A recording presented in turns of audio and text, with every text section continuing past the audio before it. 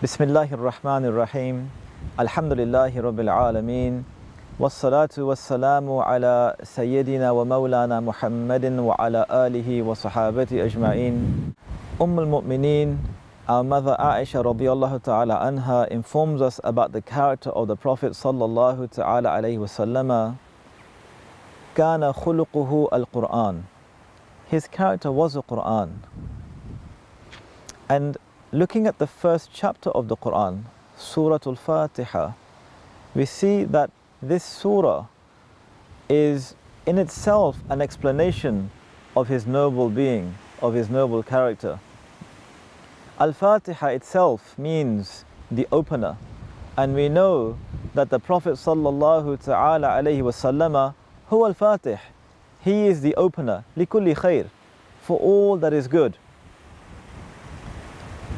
Bismillahir Rahmanir Rahim. Alhamdulillahi Rabbil Alameen. That Allah, the Lord of all the worlds. And if we look at the word Rabb, the root of this word gives us the meaning of lordship, but it also gives us the meaning of nurturing.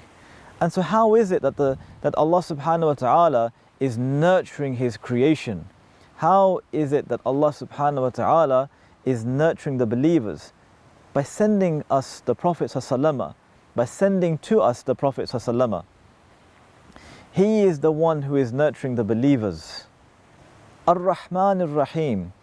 We know that these two names are the two names which occur most often in the Quran.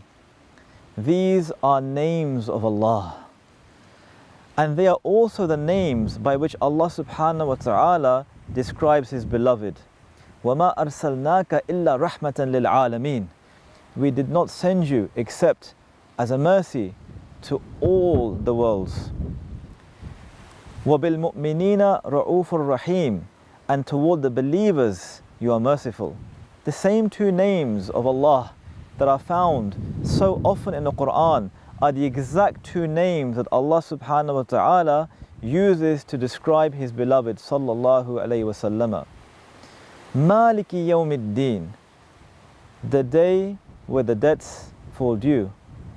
This is the day that we know all human beings will be concerned about themselves. But this is also the day that we see the true rank of the Prophet ﷺ. On this day, he is the one who will be given the shafa'ah. He is the one whose prayers will be answered. He is the one who will be given until he is content. وَلَسَوْفَ يُعْطِيكَ رَبُّكَ فَتَرْضَى. Allah will continue to give you all that you want until it makes you content. And we know that nothing will make the Prophet sallallahu alaihi wasallam content until every last one of his ummah is in paradise. إِيَّاكَ نَعْبُدُ وَإِيَّاكَ نَسْتَعِينُ. How is it that we can worship Allah? We worship Allah in the manner that we were taught by the Prophet ﷺ.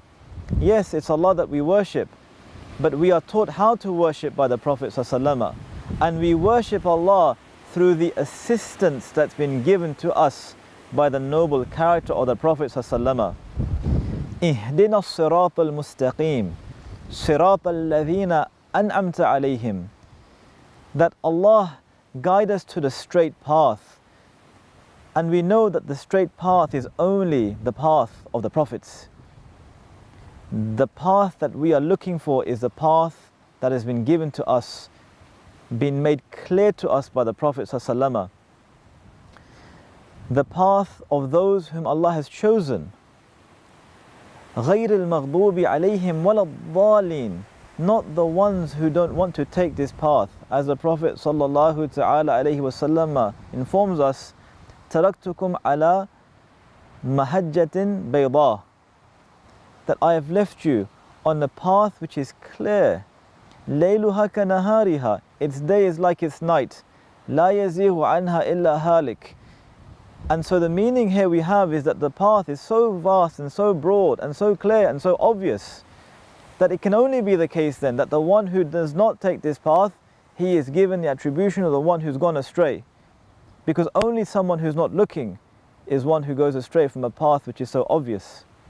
And so we see that the Fatiha in itself is an explanation, as we are told by our mother Aisha radiallahu ta'ala anha, about the character of the Prophet ﷺ, about who he is.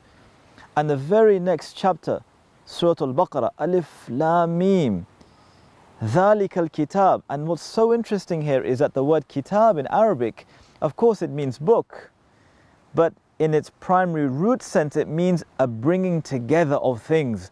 ذَلِكَ الْكِتَابِ. That we can say that the Prophet ﷺ in that sense is the one who brings all of the meanings and all of the lessons of the Fatiha together in his being. هُدًى لِلْمُتَّقِينَ. He is the one who is a guide for those who are conscious of Allah.